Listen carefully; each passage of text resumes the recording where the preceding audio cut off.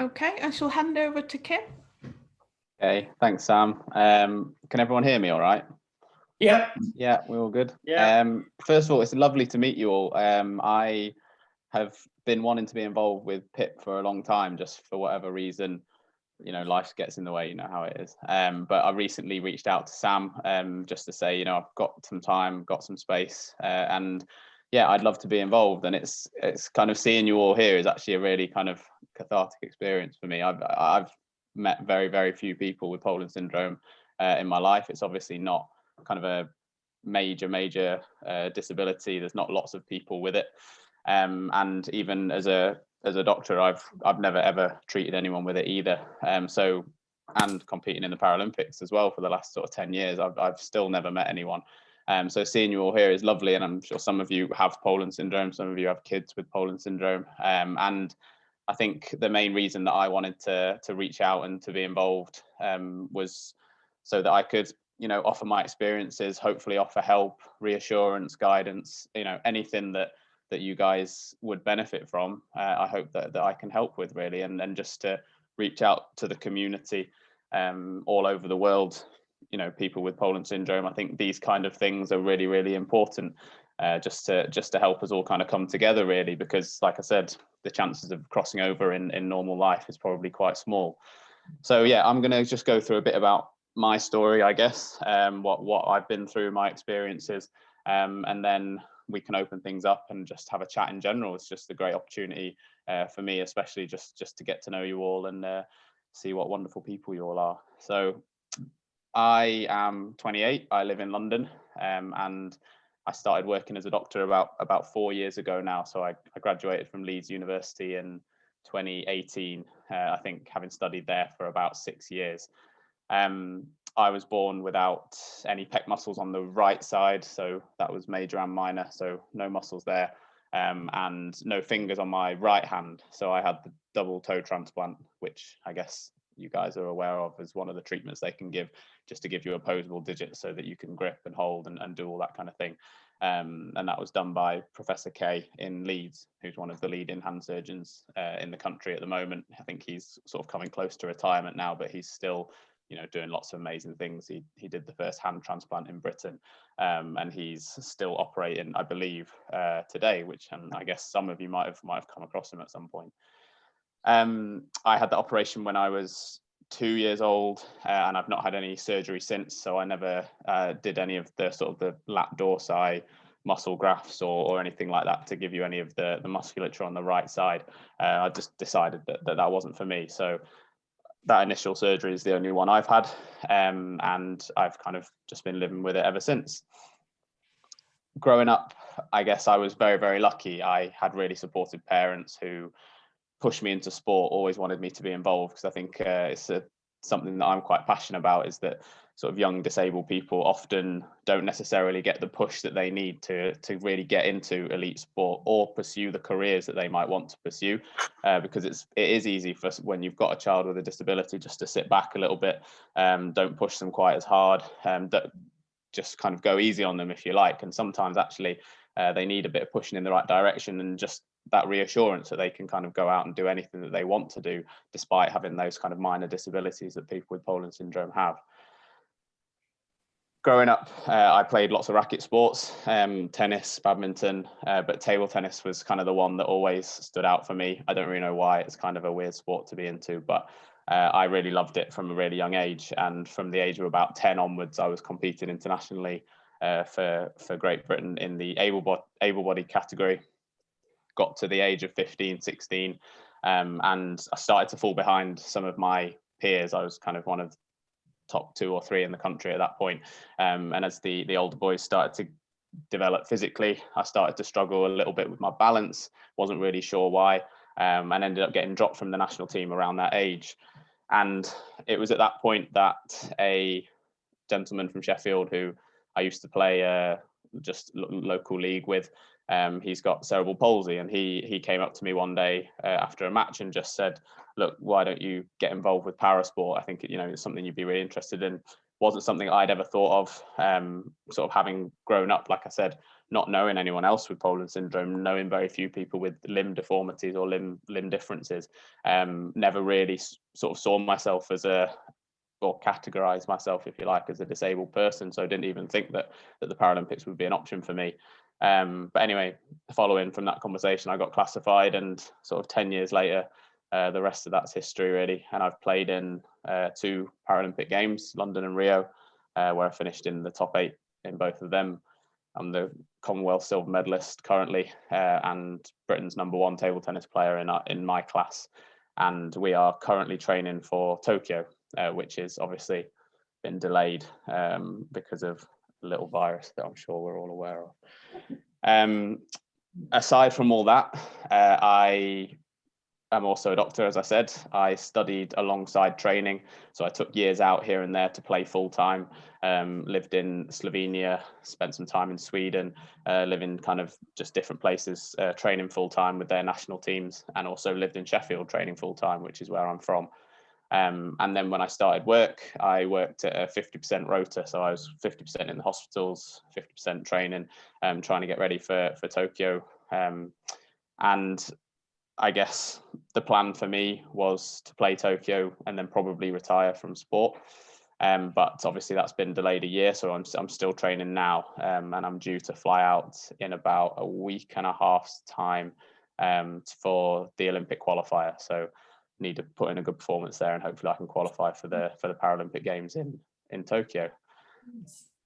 I've had an amazing experience overall. I've been very, very lucky in my life. My parents were very, very supportive. I didn't really get bullied at school. I had a lot of really great friends, but I did come up against some challenges having a disability, and I guess this was part of the reason, or probably the main point as to why I wanted to be involved, because I didn't want kids who maybe didn't have the same support that I had or the same luck that I had, meeting the right people at the right times.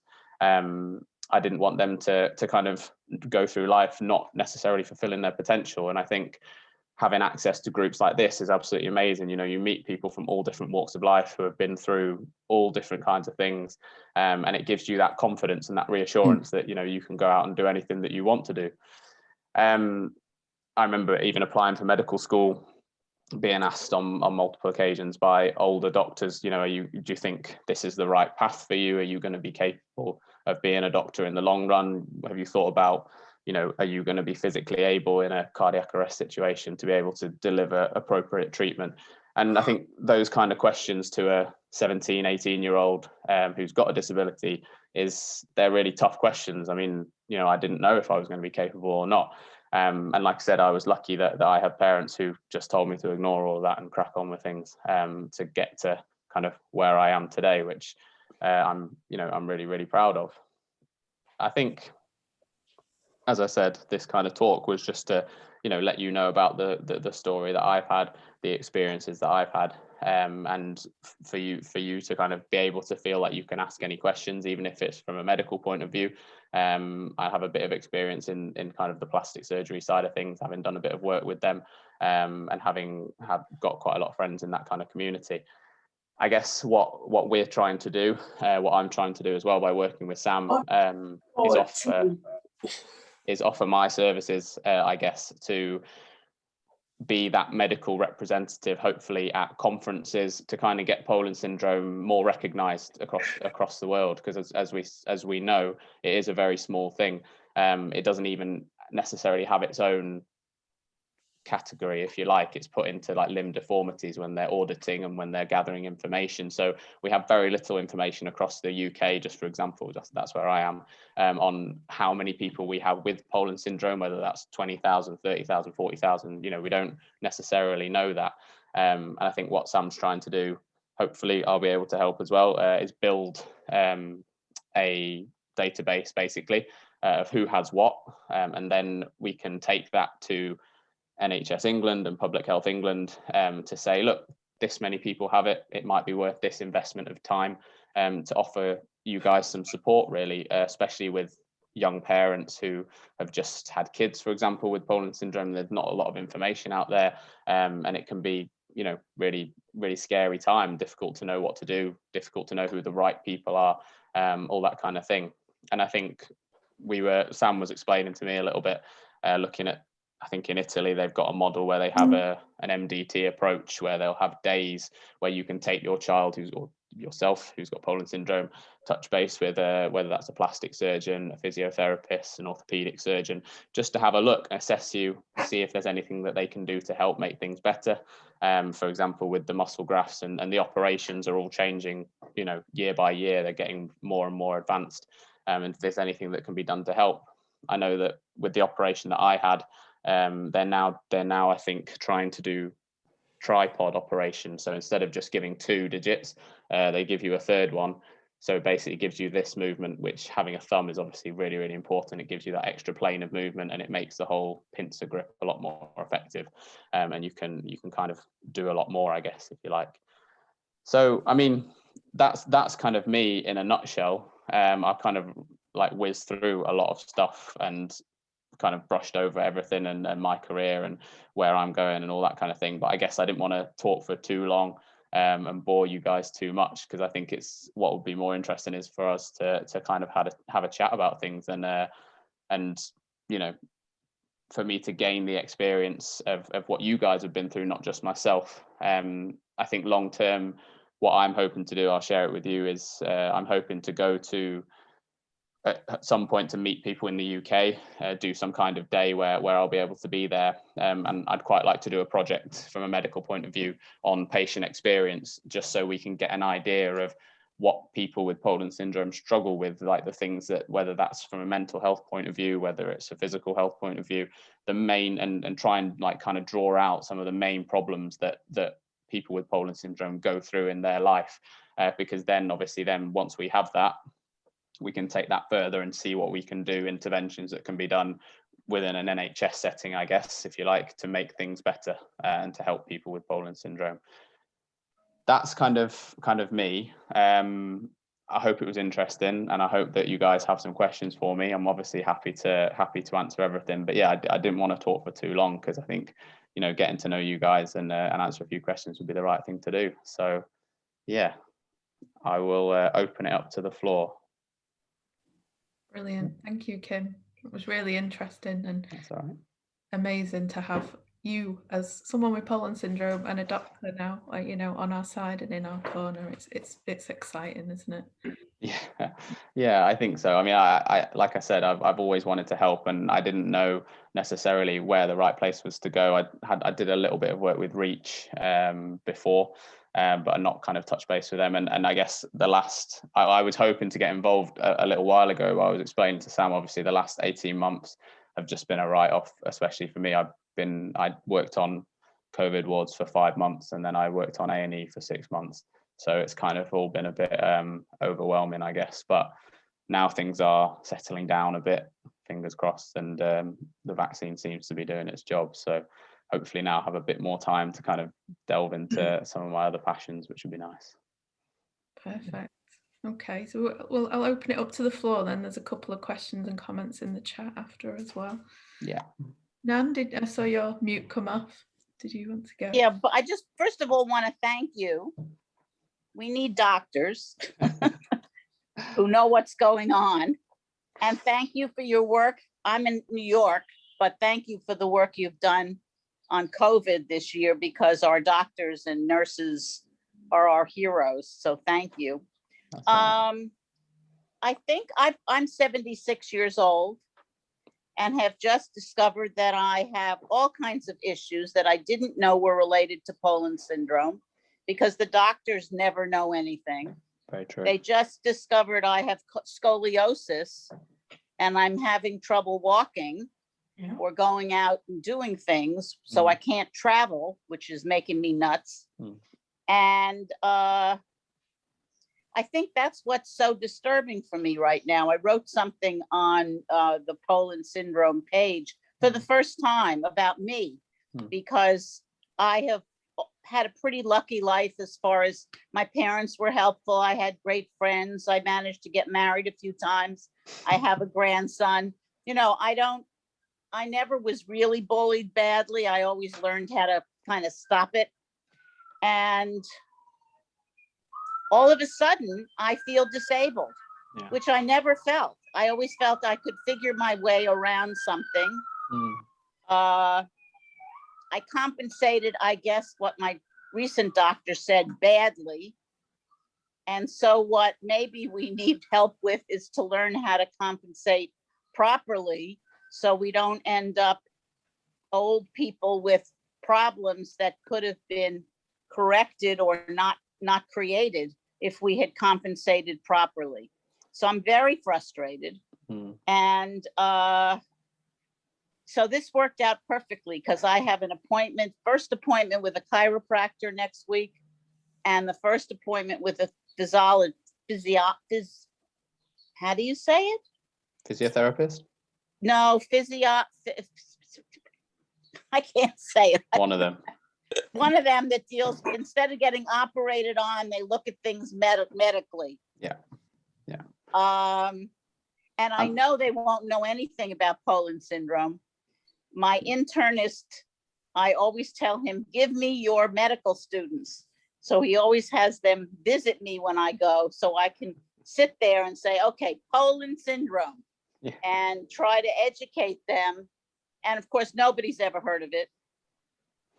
No, I mean, I know very little. I was in my about mid-50s when I was in Kyrgyzstan for the summer studying, and a very nice woman who was a biologist from South Africa was having dinner with me one night and said, you know what you have?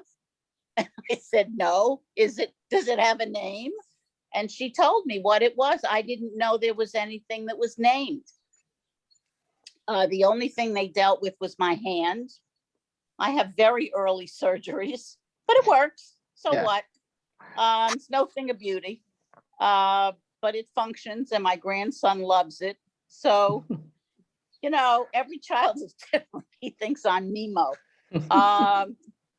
So that's really what's happened to me. So I'm looking for any help from anybody with how to deal with Poland syndrome in old age, because I see more issues coming. I really do. And here in the States, there's no more, I don't think, interest in it than anywhere else. So with that, I will leave the stage and open it up. Well, now, can I say you're a mere child in this issue?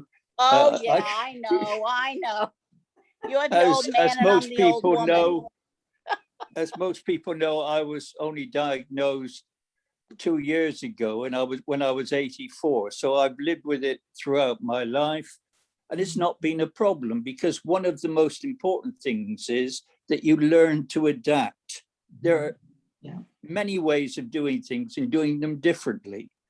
Now, like Kim, sport to me was wonderful because it gave me an opportunity to prove myself.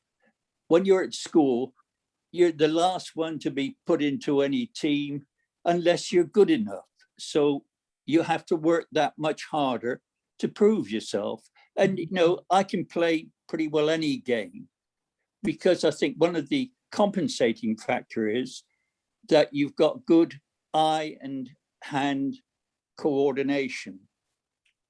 So, you know, give me a ball, I can play table tennis, snooker, cricket, hockey. I've done a lot, and it's a great avenue to improve yourself and to prove yourself to other people. Anyway, that's my lot. So, I mean, yeah, I totally agree. I think obviously with the point of kind of all these things that we're doing is for people like yourself, Ron and Nan, is you know, you went so long without a diagnosis, and that's a really, really kind of big problem that we need to kind of resolve and try and nip in the bud early, because, you know, we need to know, obviously we don't want to label children and there's all this kind of thing, but knowing what's wrong so we can offer the help so that we can avoid kind of situations like Nan's in, unfortunately. And I do really feel for you. You know, I train every day with Paralympians, so people who have had car accidents, for example, and who have gone from being able-bodied to obviously in a much more kind of acute and stark way, but being able-bodied to disabled, you know, in the blink of an eye. And that transition is a really difficult thing. And I think especially when Poland syndrome isn't that well known about. It's hard, you know, doctors just will generally look at you and say, you need some physiotherapy. That's about it, and that's all that they'll offer. They won't know what physiotherapy, they won't know what's important. I mean, for myself, I've been, like I said, very lucky. I've been in elite sport for 12 years now, so I've had access to, you know, the best physios around, and we've done a lot of work thinking more long term for myself physically, where I might have problems, and often the back is one of the things that happens. Without the pectoral muscle, the shoulders start to cave in a little bit. Your shoulder muscles get very stiff. Some of them get hypertrophied, so they get a bit too big because they're compensating for not having that pectoral muscle there. And over time that can create that stiffness down the back, and cause those problems. I don't know if scoliosis is a known you know, byproduct of Poland syndrome, whether they're related or not. Someone might have a bit more knowledge about that. I think it might be. I think I've got a little bit of scoliosis in my spine as well, one of the doctors said. So yeah, and I mean, from what I've seen so far, giving access for children to have that access to some physiotherapy, specialized physiotherapy when you're young, to help build up those muscles, but mainly to help you gain knowledge, because I think that knowledge is the most important thing. You know, if you get to 50, 60 years old, you're not someone who necessarily, you know, goes to the gym all the time and knows all the exercises, and you know, you're not suddenly then going to be going to the gym every day and doing these things that you're like trying to read about on YouTube, because it's, you know, it's not a safe thing to do, and it's not something that anyone will do.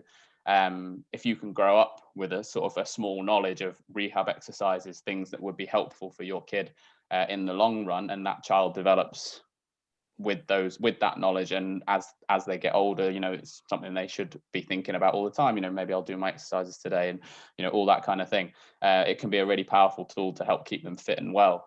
I've seen through Paralympic sport, we've got guys who've got really terrible disabilities, you know, crippling arthritis, the whole wide range, and doctors were telling them, you know, you're going to be in a wheelchair at the age of whatever, 20 or 30, and you know, they're still going playing you know, international sport all over the world, because of exercise, because they've made themselves as physically fit as possible. And in the long run, I think with Poland syndrome, it's easy to look at it and just say, well, you know, it's not a degenerative condition. You have what you have, and you'll just live a life with it after it's finished. But actually, there are byproducts. Yeah, absolutely, because if you take one link out of the body, eventually the body's going to crumple.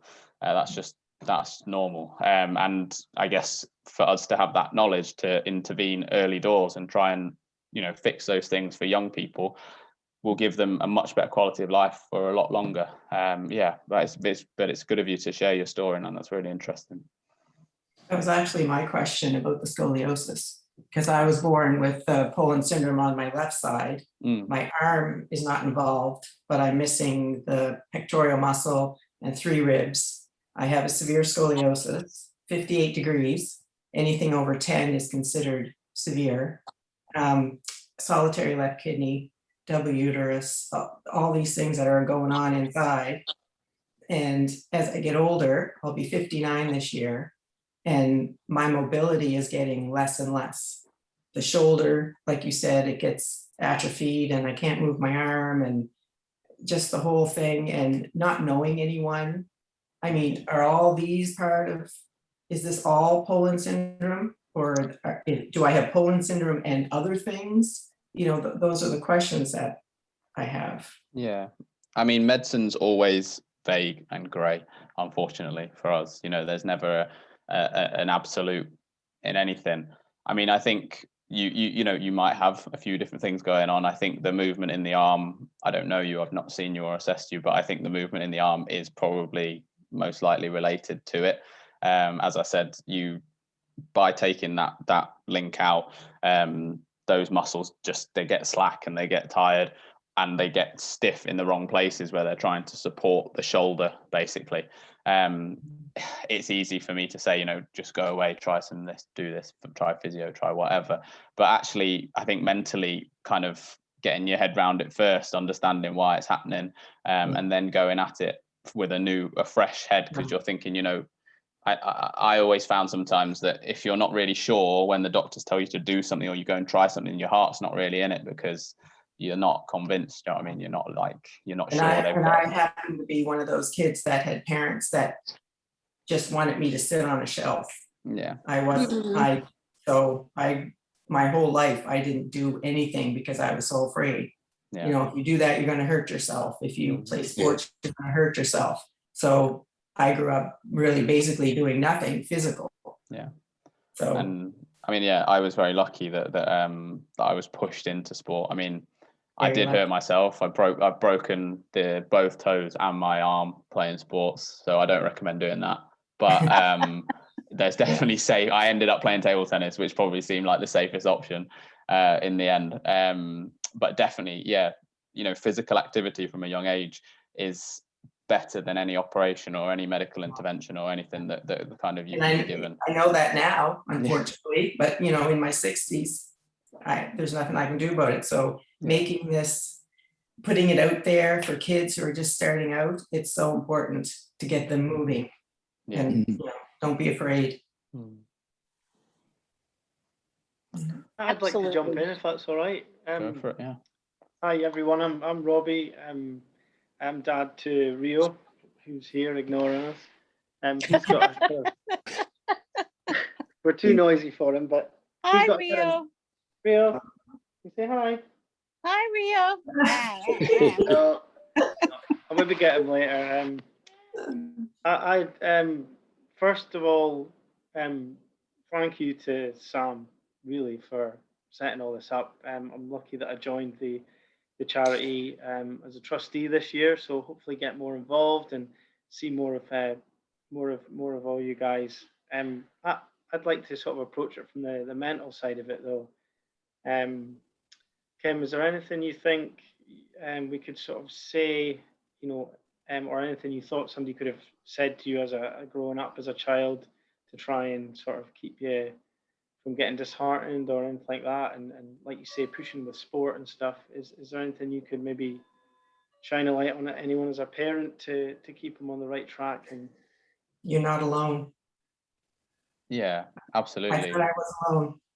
Absolutely. I mean, do you know what? It's a really hard question for me to answer, because it'd be great if my mum was here and she could answer it for you, because my mum and dad did an amazing job. Like, as I said, growing up, I never felt like I was a disabled person. They managed to get that balance between kind of knowing that you are different, because I think that's important. It's, you know, you can't just think I am like everyone else, because you're not. There is a difference.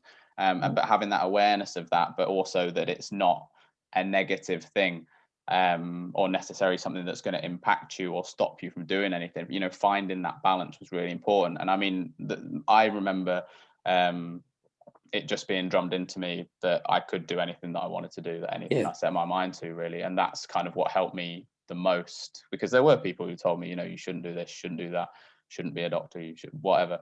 And I did struggle with that, but like I said, I had really, really supportive kind of friends and family who made sure that I knew that wasn't the case, and always kind of backed me to make mistakes as well. I think that's the other important thing. You know, if you've got a kid who's set on something and they want to do something, and maybe you're thinking in your head, they're not sure about this, it might be a bit beyond them, might be really difficult, they might get bullied, whatever.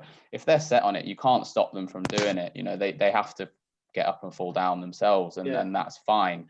And over time you develop that understanding of things that are going to be good, things that are going to be hard. You know, like I've done, you know, minor surgeries, and I can stitch really well. Like, there's very little with one good hand, if you like, and one hand that can balance things. There's very little you can't do, really. And that's important to know. I think, like, you'd expect, you know, say for a doctor working in A&E, whatever, you'd expect all that really fine work to be something that someone with one hand would really, really struggle with. But it just took me time to find solutions, I guess, to it.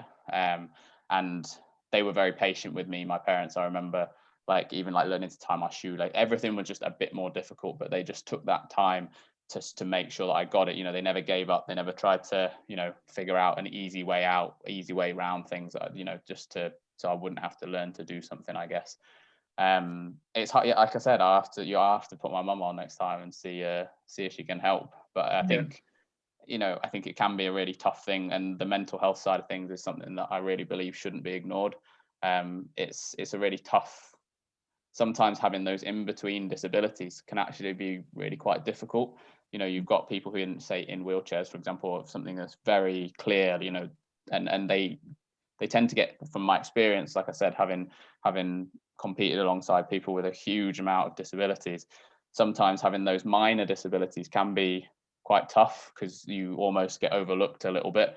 And people are kind of like, oh, like, you know, it's fine, you're just missing a few things, whatever, it's all right. But actually, no, you know, life can be much more difficult, and pain and all these things that get in the way. And whereas if you've got a more major problem, sometimes you get more support, basically, and there's more out there for you. I think it's definitely something to be accepting of, and that's why these groups are important. It's something that I wish I'd had, is to, you know, talk about some of these insecurities that I had when I was growing up. Like, I'm like looking in the mirror and seeing you're like a bit flat chested, and it's not something that got to me massively, but I remember as a kid looking and thinking I look different, I don't like it. But I had no one to talk to about it. You know, I talked to my parents, obviously, but no one who had been through it. And I think just being open and honest is the best way to manage things. You know, accepting if your child has those kind of things is you know, not brushing it under the rug or whatever. It's kind of opening those conversations up to talk about it and to work your way through it, I suppose. Yeah, don't be afraid to push rather than sort of be more conservative. Yeah, Exactly. I think so. Brilliant. I mean, well, no, I mean, big respect for everything you've achieved, and thank you for everything you've done NHS wise as well. That's all right. Yeah, pleasure to speak to you. Thanks. Yeah, you too. Nice to meet you. Cheers. I'll give you one clue, Robbie. Don't say you're lucky. Don't say you're lucky to him. My mother used to say, "You're lucky you have an arm." Yeah. Yeah. And I would like, yeah, I know, but I'm entitled. And I had a doctor who finally said to me, "You can be lucky and unlucky at the same time." Yeah. So it's not this or that. Yeah. And you can try anything. My father was very careful. He always said, "You can try anything." He didn't say you can do anything. He said you can try anything. And there is a book I would like to suggest to you. It's very easy. He doesn't have to read it. It's called Uniquely Me. And it's a children's book that focuses on being unique. Everyone is unique. Everyone has something. And the book really, I have my grandson reads it because I want him to feel, you know, to see that he's unique because he's half Asian. So that's a unique thing. It's not always about a disability. Right. Oh, brilliant. So Thank you. That's my suggestion. Well, I'll look that up. Thank you. Welcome. And I think one of the things was too that my parents always told me was that there are people much worse than you. Oh. And that always minimized how I was feeling. So I turned inward, and I suffered in silence basically because I felt like I was complaining where I shouldn't have been. So yeah. Yeah. No, I totally agree with that. I think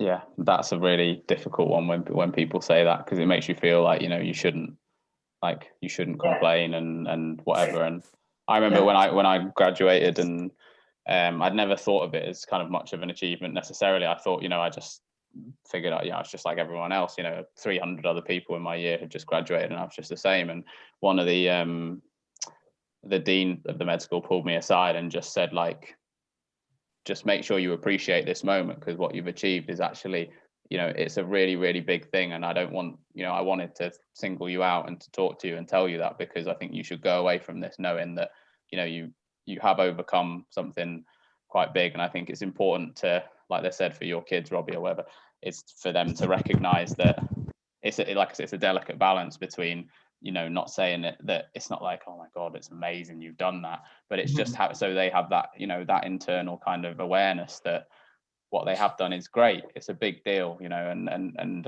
it's not just a minor disability necessarily, and it's something that kind of it impacts you as much as it does, if that makes sense. Whether that's a lot or whether that's a little, it doesn't matter. whether you're just missing a few fingers or a muscle, or whether you're in a wheelchair, it's, you know, it's all relative, I guess. If there's some comments and questions on the side, Kim, if we can go to those. I think Pedro has unfortunately left, and he sadly said he's got the same condition, missing fingers, no pec muscle, and often gets bullied and called Lego character. Bless him. That's sad. It is. And do you know? You get prosthetics to replace missing. I'm not sure, Pedro. I'm not sure you can get that. Yeah. They've not made much. They haven't made much headway with prosthetics. As far as I'm aware, I mean, I don't know if you guys know anything about it, but basically, I was chatting to a plastic surgeon, and he was saying the difficulty they have with prosthetics is it's nearly impossible to judge how, like, what's the word? Like the characteristic of a material. So, for example, if you're picking up a Coke can that's full, how hard it needs to grip is different to when it's empty, and for it to like know what's right and what's not just going to either break something or you're going to drop it makes the whole process very, very difficult. So yeah, not sure. Yeah, and I've only worked with one family who are considering prosthetics just to the, you know, severity of the hand issues, but it's still, yeah. I mean, it's interesting. We've got a guy in the team who he was born with no forearms, so he's just got a tiny elbow joint on both sides and just stumps basically. And he doesn't use any prosthetics. He was born with it, and he finds it easier. He can do everything. He can drive, he can write, he can eat, he can play PlayStation, all with two stumps. And actually, I think they're fine. Prosthetics in general, unless it's because it's from an aesthetic point of view, just for the way people look, and if they want to look more balanced, fair enough. But actually, functionally, don't make much difference. Okay, cool. And then there's a question just come direct to me. Are you aware of any relation between Poland syndrome and cardiac diseases? I am not personally. I don't think there is. As far as I'm aware, it's a purely muscular thing and developmental thing. I wasn't aware of any kind of organ involvement with Poland syndrome. Doesn't mean you couldn't. Can I just interrupt there? Of course, yeah. Kim? I've had a double hernia, which is also something associated with Poland syndrome, and I also suffer with chronic kidney disease, both of which are related to my condition. There you go. I'm not sure whether or not it's well known or not, but I thought it's worth just bringing it up. Yeah, I mean, it's really interesting because, like I said, these kind of things is information we just don't have at the moment, because we just don't have enough of a database of people to say to show definite kind of cause and whatever. I mean, that kind of thing is really interesting, and hopefully, as we start to be able to audit some of these, get people more involved through the charity, we can start to even, if we can build databases of conditions that people have alongside their Poland syndrome and see if there are any clear things that kind of go along with each other. I wasn't aware of that, so that's really interesting.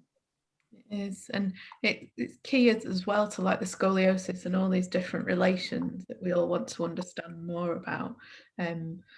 It comes back to the data, like Kim says. So when you see us talking about building a community register and collecting your data, it's really important that we as a community start championing this, because this is the key to answering all of these questions. This is the key to getting the early diagnosis, and then the key to also getting some doctors interested in people like Nan, who, later in life are now really suffering. And unless you put some figures and data in front of doctors, the reality is we just can't get them interested to make developments with it. So as boring as data is, it's going to unlock a lot for us. So whenever you see anything come up with us about the community register, the more you can get behind it and champion it for us, that would be amazing, because it is going to help us all in the long run. I'd like to share my story if we've got time. Yeah, go for it. Yeah. So I'm Rebecca. I'm 23. I live in Barnsley, which is next to Sheffield. Where he's from. You're our cousin. Yeah. I have the chest deformity. This one is like a normal boob. This one is like pretty much flat. I don't have the hand thing. But I didn't know that I had a chest deformity until I was going through puberty. So when I was like 16 or 17, I realized as I was going through high school that all the girls around me were growing boobs and I only had one. And I thought something wasn't right. And I asked my doctor, and my doctor said, that's normal. Every girl has Everyone has a small. Yeah. And I saw them for about 2 years. About every month I would go back and be like, it still hasn't grown. And they were like, it will grow. Obviously it didn't. But my doctor didn't know what Poland syndrome was. I had to Google it. I just looked on the internet, one boob, and some weird things came up, but Poland syndrome came up. And I thought that there was a picture of a woman that had Poland syndrome. And I was like, that looks like what I have. So I went to the doctor and I said, there's this thing called Poland syndrome. And the doctor said, okay, I'll have a few days. I'll look into it and then I'll get back to you. So the doctor went and researched and then came back and said, yes, I think this is what you have. And then he sent me to multiple different surgeons at different hospitals. And I didn't have the surgery. They offered to do like a boob job, but it would be NHS funded, so I wouldn't have to pay for it. And I know most people would jump at that chance for a free boob job, but I didn't really want surgery. I didn't feel like I needed to change it. I just wanted to know why I was the way that I am. So I spoke to some surgeons just to kind of get an idea of what Poland syndrome is, but most of them had never seen it. And some of them said, oh, no, you don't have it, you have something else, but they couldn't tell me what the other thing was. And then others said, you do, you don't, you do. And it was just, I think if more doctors knew about Poland syndrome, then they'd be able to diagnose it a lot quicker and you wouldn't have to be sent from hospital to doctor to different surgeons. The doctors kept pushing for me to have the surgery, which made me feel worse. It made me feel like something was wrong with me and the doctors felt like I needed to be fixed. Because every time I said no, they kept reminding me, you know, you still have the option to have the surgery. You can still have a boob job. I'd go to the doctor about other things like, oh, I've got a pain in my leg. And they'd be like, remember, there's that boob job. And I was like, that's not what I'm here for. But it got very annoying over time. Luckily, I was never bullied for my chest. Most people didn't know that I had it. I didn't even know that I had it until I was in college. And something that when I first was looking into Poland syndrome, I read that it was most common in men. And I thought, oh my gosh, I have this thing that only men can get. And I was like so embarrassed. I didn't tell anybody. But when I went on the internet and I tried to search for women that have Poland syndrome, there was nothing. I couldn't see a single post anywhere where a woman had spoken out and said, I have Poland syndrome. So I thought, I just felt alone. And then one day I thought, if I'm feeling this way, there's got to be other girls out there who also have Poland syndrome, who also feel alone, and they're also looking on the internet and finding nothing. Maybe they can find me. So I posted about it on the internet. I made a YouTube video and I posted on Instagram and Facebook. And suddenly, that was years ago. And since then, I've had hundreds of messages from girls all over the world who say they have Poland syndrome and that I was the first person they found to have posted about it. And most of them don't tell anybody. I'm the first person they've told, or they didn't know that they had it. They knew that they had a deformity, but they didn't know the name of it because their doctors had never seen it before.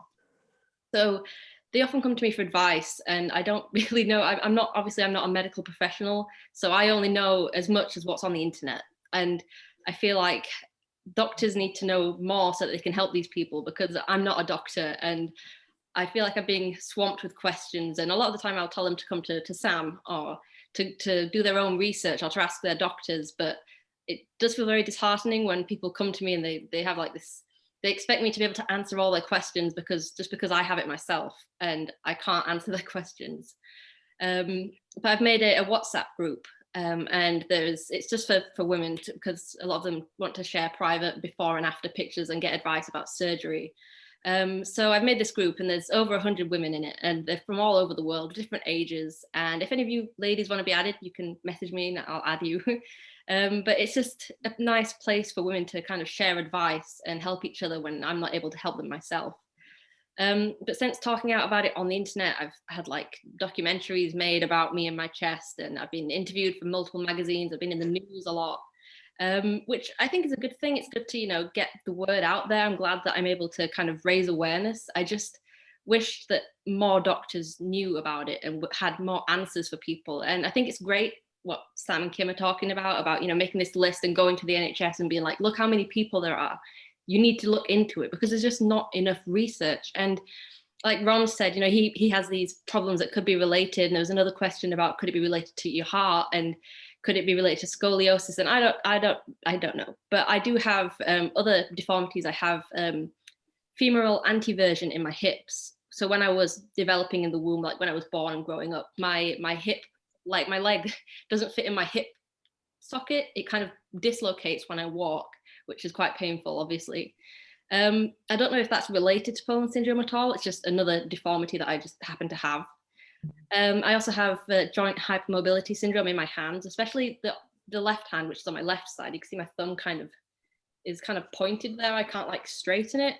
And again, I don't know if that's related to Poland syndrome or not, but there is a lot of other health things that I've got going on. And it's interesting to hear everyone else's stories. Oh, I have, scoliosis and kidney problems. And I'm wondering now, like, I never really thought about it, but now that I'm getting older, I'm starting to wonder, are these problems going to kind of cause more issues for me later down the line? And could they be related to Poland syndrome?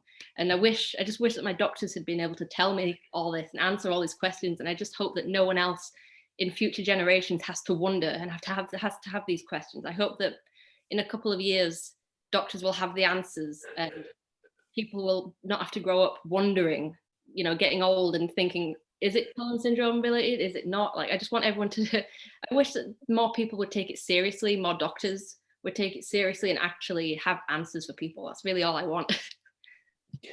One of the things I've found out as I've got older, that my balance is not as good as it was. I wonder if it's because, of the asymmetry, and the one is not completely balanced. In fact, yesterday I went out and I went to a Perla. We were going out for lunch, and this is before I even had a glass of wine. So I think it must be something to do with Poland syndrome. It's possible. It's so possible. I just wish that doctors could answer these questions, because obviously we all have different medical things also going on top of our Poland syndrome. And it would be nice to have an answer. I wish that doctors would take it more seriously. I hope that, if you have this list of people that have names in Poland syndrome, and then maybe also a list of all the other conditions that they have, doctors might be able to piece it together and realize there's a pattern. A lot of these people also have the same other condition.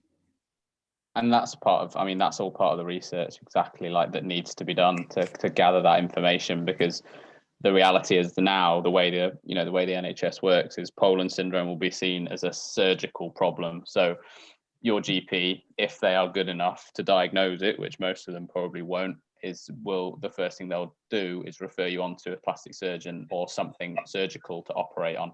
And they are surgeons, they want to operate. That's just what they want to do. So if they're not going to operate, they're not interested, really. Like, they don't have any interest in the rest of it, which is kind of fair enough. That's their job.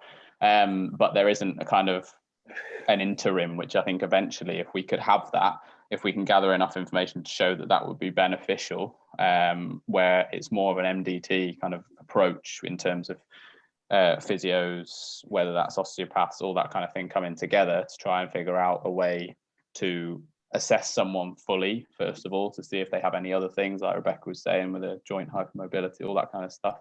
And even if they're not related to the Poland syndrome, still that's something that would have been good to be able to get on top of at an early age. And I guess we're just MDT, multiple disciplinary teams. So lots of different skills, because like I said, normally you'll just get referred straight to the surgeon. The surgeon goes, I can do this operation or this operation. Do you want it? And you go, oh, I'm not sure.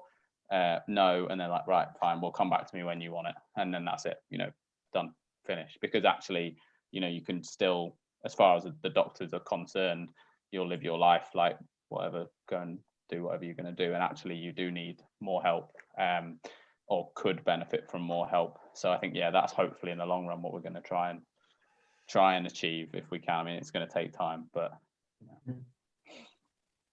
I think Margaret's iPad wanted to ask a question. That's right. Hello. Hi. Hi. It's actually Daniel, but this is my mum's iPad. It's all right. Thank you, Kim and Rebecca, for your speech, and Ron and everyone. My name's Daniel. So I've got Poland syndrome, and been wouldn't say suffering, but I've been dealing with it for many years now, since I was young. born, and it's just like a hole in the soul, and I've been getting sharp chest digging pains lately, and I might have to go to the doctor to get prescribed something for the pain relief, the pain. Yeah, I hate having it, but I've got to live with it. It affects my confidence. I've not had a girlfriend in 5 years. I'm still single. But my mum always says, "Oh, you're good looking, you'll get on." She's laughing, my mum. She thinks it's funny. Yeah, so it's not a dating site then. No, go on. It's not a dating site, apparently. Sorry. Is this my speech or yours, Mum? No, go on. Sorry, go on. So yeah, it's not really a question I need to ask, but I just wanted to get some stuff off my chest. And I not long ago met up with a girl with Poland syndrome, but she's not got back to me since. So just letting her get on with her life now. But it was nice to talk and chat and have a meal together and a drink. But yeah, it's just waiting now for my procedure. I'm not looking forward to it. I just want it out of the way. Yeah, I just hope people appreciate having a normal body and how it feels. Yeah, I'm going to leave it at that. Bye. Thank you, Daniel. Yeah, thank you, Dan. Thank you. It's interesting. When I get a lot of questions from women who have Poland syndrome who send me messages on the internet, the most common question that anybody asks me is, how am I going to find a boyfriend that likes me? How will I ever find a man? I'm too embarrassed to take my shirt off in front of a guy. I don't want any guy to see my boobs. That kind of puts me off getting into a relationship. If I have kids, will it pass down to them? And I always tell them, like, the right man will like you no matter what. It doesn't matter if you have one boob or two boobs or three boobs. I'm sure the right person will like you for who you are. And if somebody cares more about how your boobs look than about how you feel and your emotions, and they're obviously not the right person for you anyway. But it does seem to be like a really difficult thing for women, because obviously having two boobs is often seen as the thing that men want in a woman. When you're growing up, you're always told, oh, men love women with two big boobs, and if you don't have that, then men won't like you. And I've never actually experienced that personally. Luckily, I've never found a man that's ever had a problem with my boobs. But I understand why a lot of women are scared of opening up to a man and why they don't want men to see their boobs. And I think not just people, obviously, I think just people with Poland syndrome know about Poland syndrome. Most, I guess you could say normal, I don't like the word normal, but normal people will never hear of it. And I think that if it was, more well known between people, men or boys, I think it's usually younger guys that could say something mean to a girl about it. I'm sure more mature guys that are grown up don't really care about what women's boobs look like. It seems to be more of a teen boy thing. But I hope that, if men or boys knew more about Poland syndrome and the things that girls go through with it, then maybe they'd be more understanding and kind to women that have it. I've spoken to some girls and they said, oh, I did show a guy my boobs and he laughed at me. He didn't like me, or my boyfriend left me when he found out about it. And I just think it's so horrible that people have to go through that. And I can't understand it myself, because I would never judge somebody based on something that they can't control. But I spoke to a lot of girls that ended up having surgery. They ended up having boob jobs and saving a lot of money to pay for boob jobs, but just solely because they wanted a man to like them. They didn't do it because they wanted the surgery. They did it because they felt like they had to do it, because otherwise they wouldn't find love.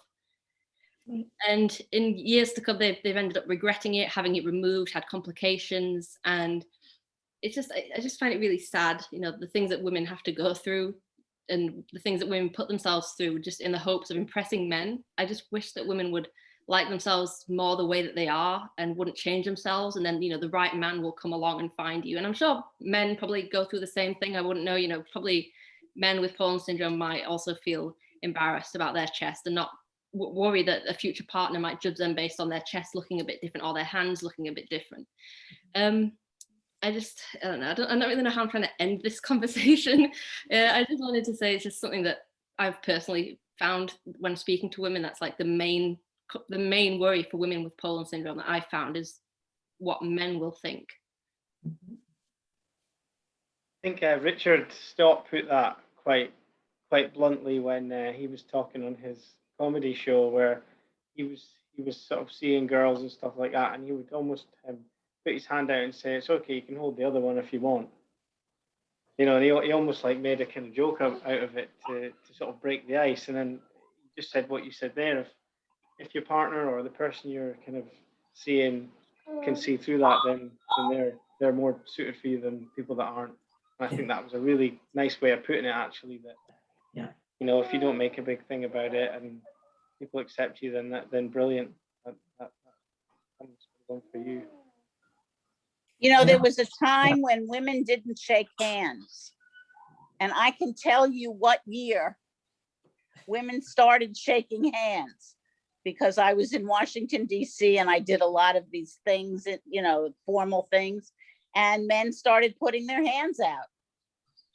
And I suddenly said, well, then I have to do something. And I just put my hand out, shook hands, and they would say, oh, you have such nice small hands. And I'd say, yes, I do, and go on. And I realized that, you know, it was a momentary thing, but it was different for women years ago because we didn't shake hands formally. Yeah. So it's a question of just going for it, I think. And people just aren't focused on it. I mean, they don't obsess. It's a momentary thing. And then if you go on with things, generally, appropriate people go on with things too. So that was my introduction to shaking hands.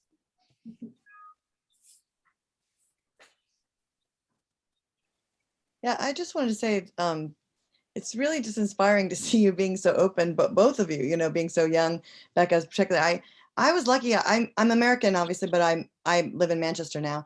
But I grew up in Ohio, and I was diagnosed early, and they told me I had scoliosis, and I remember I had a back brace when I was younger that I slept in. I think they thought that would help. I'm not sure if it did. And I did have a breast surgery when I was like 19, but I never talked about it until I had kids and had to breastfeed. And it was actually talking to the lactation consultant was the first time that I talked about it, you know, and because I was trying to breastfeed with one breast.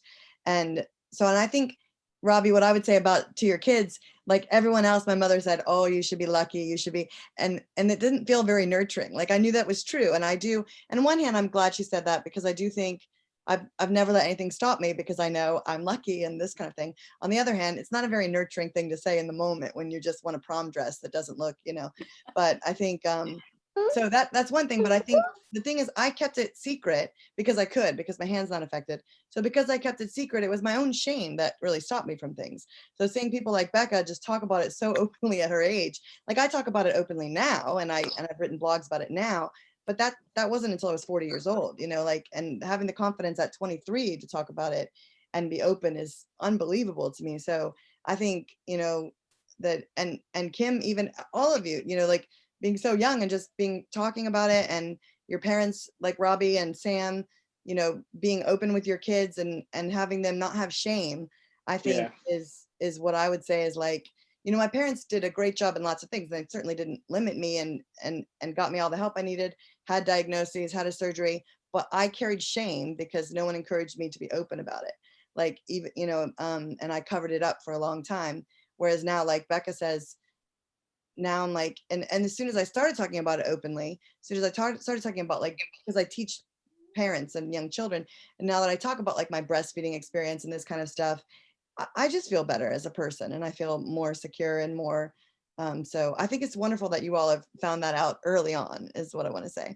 So that is exciting, and I think the future is so exciting that everyone's going to help make awareness so it doesn't keep happening, the cycle.